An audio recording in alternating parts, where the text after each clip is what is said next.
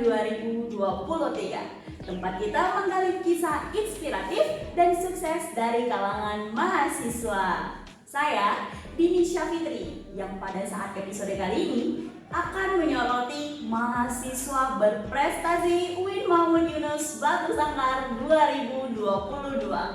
Langsung saja kita panggilkan bintang tamu kita pada episode kali ini, yaitu Putri Amalia Ramadhani.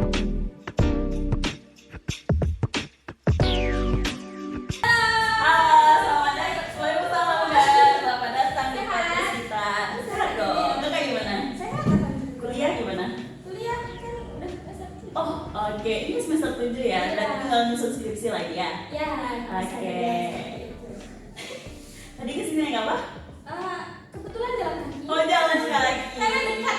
Oh Jadi iya. aku perlu pakai motor. Oke. Jadi teman-teman semuanya, mari kita kenalan sama Kak Putri lebih dekat lagi. Boleh? Boleh? Oke, mungkin boleh diperkenalkan dulu Kak? Assalamualaikum warahmatullahi wabarakatuh. Halo semuanya, perkenalkan nama saya Putri Amalia Ramadhani, biasa dipanggil Putri, dan saat ini saya berada di semester 7 dari jurusan Pendidikan Agama Islam. Oke, itu tadi sedikit perkenalan. Kita akan mengulik-ngulik lagi nih tentang Kak Putri, boleh kan? Boleh. Oke.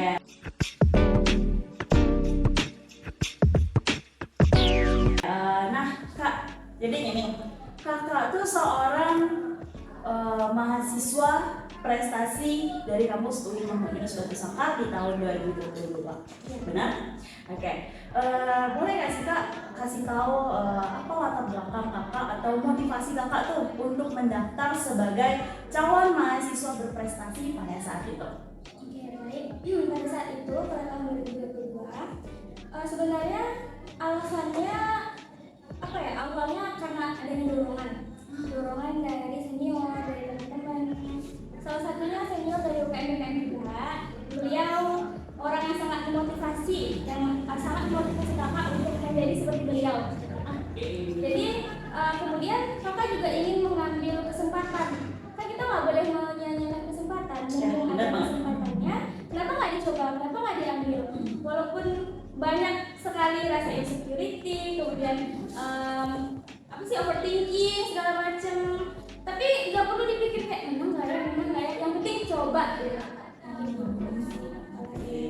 Terus satu lagi, kan sertifikat prestasi udah alhamdulillah lumayan Banyak ya. Jadi kayak sayang aja kalau nggak dipakai kalau nggak digunain gitu. Oke. Berarti emang banyak ya prestasi Kakak ini ya. Alhamdulillah. Masih sedikit. Saya punya nih bocoran prestasi-prestasi Kakak nih. Dari 2019 menjadi juara 1 speech competition tingkat MA sekota Payakumbuh. Iya, nah terus di 2019 juga juara 1 storytelling competition se-Sumatera Barat UIN-IB. Ya, itu waktu di mana juga. 2019 World Storybook and Storytelling Competition Jakarta guys. Wih, Masya Allah. That was my first time actually. Oke. Terus di 2022 juara 1 monolog Piala dengan FT tahun 2022. Saya ikut tuh Kak, tapi saya nggak menang. Oh iya, kita belum kenal. Iya, benar. Oke. Nah, terus juara 1 storytelling Piala dengan FT tahun 2021. Ya, itu awal mencoba di UIN. Oke. Kan awalnya udah di mana kan emang udah sering. Jadi waktu pas udah di UIN, dulu masih IAIN. Ada salah satu teman dari Iman juga, beliau juga salah satu orang yang mensupport. Jadi katanya ikut aja lah, kapan lagi coba mengembangkan bakat di sini katanya gitu. Jadi oke deh coba. Akhirnya berawal dari situ, barulah merambat sampai ke internasional.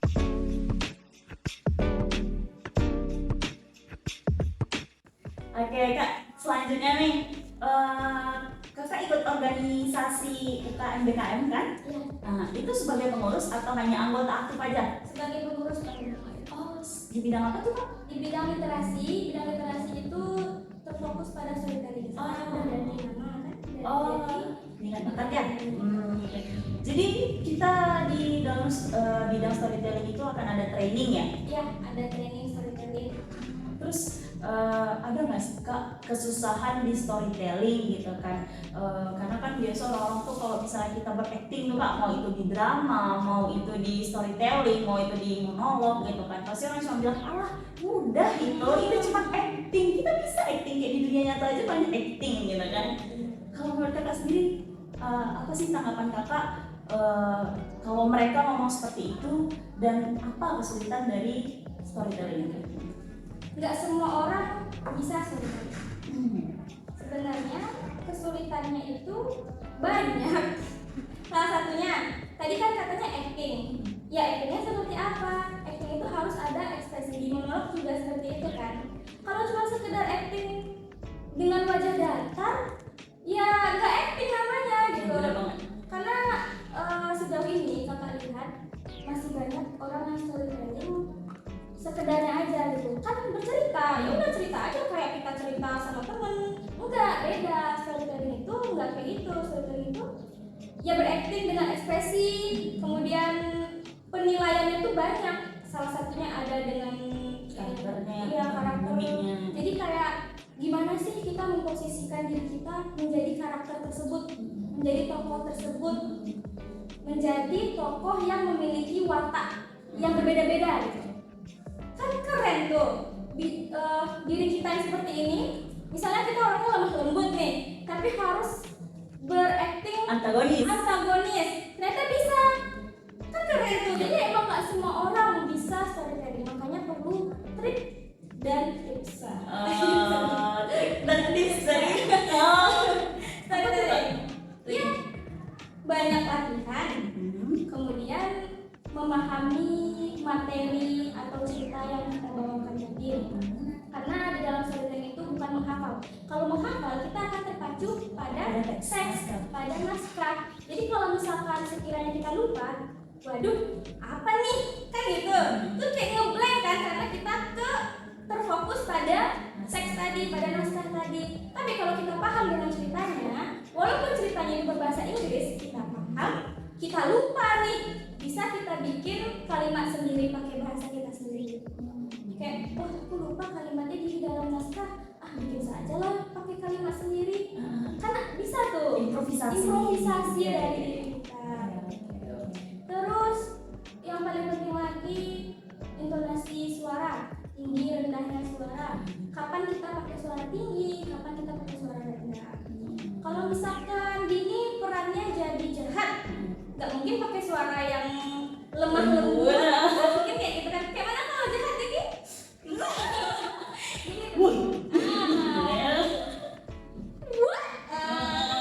Tapi ada tinggi kayak bawang merah. Nah, terus pengembangan ceritanya lagi. Misalkan cerita Malin Kundang. Cerita Malin Kundang ini kan udah biasa, ya kan? Kita udah sering dengar Malin Kundang, udah sering dengar gitu kan. Nah, gimana cara kita membawakan cerita Malin Kundang tadi supaya ada kesan kayak, wih keren nih Malin Kundangnya kayak gitu. Jadi orang-orang tuh kayak excited untuk mendengar cerita kita. Sama kayak menggosip. Jadi, ini sama perempuan ada gosip nih, ada gosip. Apa tuh? Kayak gitu ya? Kayak gitu. Makanya harus bisa kita membuat orang tuh excited dengan cerita kita. Ibaratkan kita tuh kayak bener lagi ada di suatu fenomena itu ya Kak.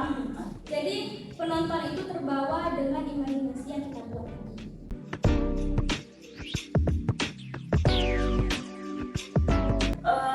Selama Kakak mengikuti lomba-lomba itu dan mendapatkan prestasi-prestasi yang sangat banyak, bahkan sampai se-internasional gitu kan, apa sih Kak rintangan yang Kakak hadapi gitu? Pasti kan kita ada tuh challenge-nya gitu.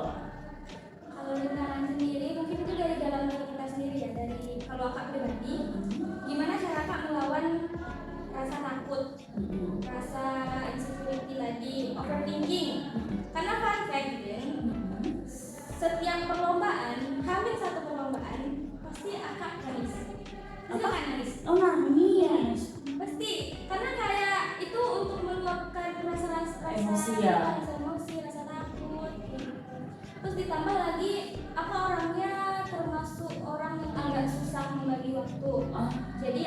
kuliah, tugas, terus lomba itu harus pandai-pandai karena emang susah kalau bagi akak sendiri belum lagi untuk organisasi gitu. Makanya akak ngambil satu organisasi aja, biarlah satu tapi terjalankan daripada dua tapi nggak jalan gitu. Karena nggak semua orang bisa multitasking, nggak semua orang bisa gitu. Jadi yang sesuai dengan kemampuan kita gitu. Jadi kalau untuk rintangan sih itu, terus gimana bagi waktunya. Bagi waktu itu tugas emang lagi banyak-banyaknya banget, kuliah juga full, makanya tapi ternyata bisa juga ya dilewatin, emang dari diri kita sendiri lagi. Berarti intinya ada niat dari diri kita. Iya, jadi kalaupun ada rintangan dari diri kita, ya diri kita sendiri juga yang bisa memberikan solusinya tadi. Iya, benar banget sih.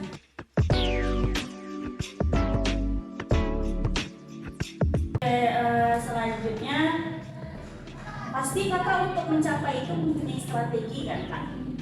Apa sih strategi yang kakak punya gitu? Strategi untuk mencapai Yang prestasi tadi. atau itu kan prestasi itu non akademis kan? Nah, yang di akademiknya juga gimana gitu? Kalau prestasi yang non akademik kan seperti yang tahu bahwasanya prestasi kakak itu di bidang storytelling. Mana storytelling itu kan identik dengan bahasa Inggris, sangat tidak sesuai dengan background kakak yang dari jurusan pendidikan agama Islam, yang dari dulu juga sekolah di Islam, di Mantung jurusannya agama. Jadi kayak nggak ada hubungannya dengan bahasa Inggris gitu kan. Nah sebenarnya itu hobi gitu, itu bahasa Inggris itu hobi, minat dan bakat kakak di storytelling juga kan. Jadi kalau strateginya ya harus perbanyak latihan storytelling, karena walaupun nggak sesuai dengan jurusan kita, tapi kan itu bisa jadi nilai plus. Gimana cara kita mengembangkan si nilai plus tadi ya dengan perbanyak latihan, perbanyak menonton kayak contoh-contoh lomba storytelling. Karena practice makes perfect. Nah, harus sering-sering latihan. Itu kalau non akademis. Kalau akademis, sebenarnya kakak orangnya jarang belajar secara intens gitu loh. Jadi kayak di kampus tuh belajar, nanti pas tiba di rumah nggak belajar, tapi nanti pas ujian pas mau ujian belajarnya kayak gini. Kita harus sediain satu buku. Nah, kita baca yang materi-materi sebelumnya di kampus, terus kayak dicatat, terus bahasa sendiri. Kalau kita udah dicatat, pasti ingat kan sama kita apa yang kita catat tadi. Nah, itu akan mempermudah kita untuk belajar. Terus, Hamin satu ujiannya, misalnya kita ujian nih, Hamin satunya belajar sama teman. Pas belajar sama teman, kita seakan-akan gurunya. Jadi kayak kita ngejelasin ke teman. Jadi akhlak itu gini, nanti teman mengulangi. Terus kayak pokoknya seakan-akan kita gurunya. Itu bisa salah satu metode belajar kakak. Oke, nah jadi seperti itu guys cara-cara atau strategi Kak Putri untuk mencapai prestasi di akademis ataupun non akademis yang sangat-sangat membantu kita ya. Jadi teman-teman kalau mau mencontoh sangat-sangat boleh.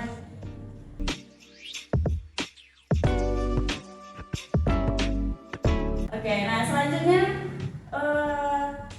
dampak dari prestasi yang kakak dapat tuh apa sih kak dampaknya? Dampak di kampusnya. Ya. Kalau dampaknya mungkin lebih dikenal sama orang banyak yang tahu gitu. Oh, Putri yang ini ya yang di kampus. Gitu. Terus kemudian juga banyak job. Jadi juri tadi ya temannya. Jadi bahkan jadi pemateri juga di forum Anissa dari jurusan atau dari sekolah. Iya, oke. Jadi kayak menambah pengalaman, menambah teman juga. Ya teman kita kan udah banyak nih dari organisasi, ditambah kayak gini, tambah banyak teman kita, lebih besar relasinya. Ya, gimana ya Kak Putri juga di akun Instagram UIN juga mukanya sudah ada muka Kak Putri di situ, nggak hanya satu foto doang atau satu video tapi iya banyak muka-muka Kak Putri di dalam Instagram Windira.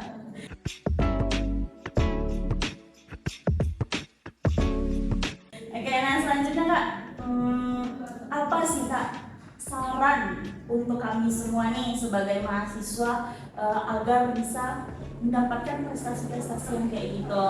Oke, kalau saran dari kakak untuk teman-teman di luar sana, teman-teman kalau ingin mengembangkan bakat, sebenarnya teman-teman itu punya potensi masing-masing dan di bidangnya masing-masing. Nggak harus sesuai dengan jurusan kita.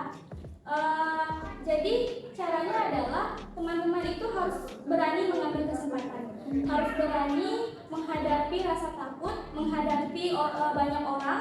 Kemudian teman-teman itu harus mencoba, karena di luar sana, termasuk teman-teman kakak, banyak yang bisa, tapi mereka tidak mau mencoba karena takut, Malu ya Kak.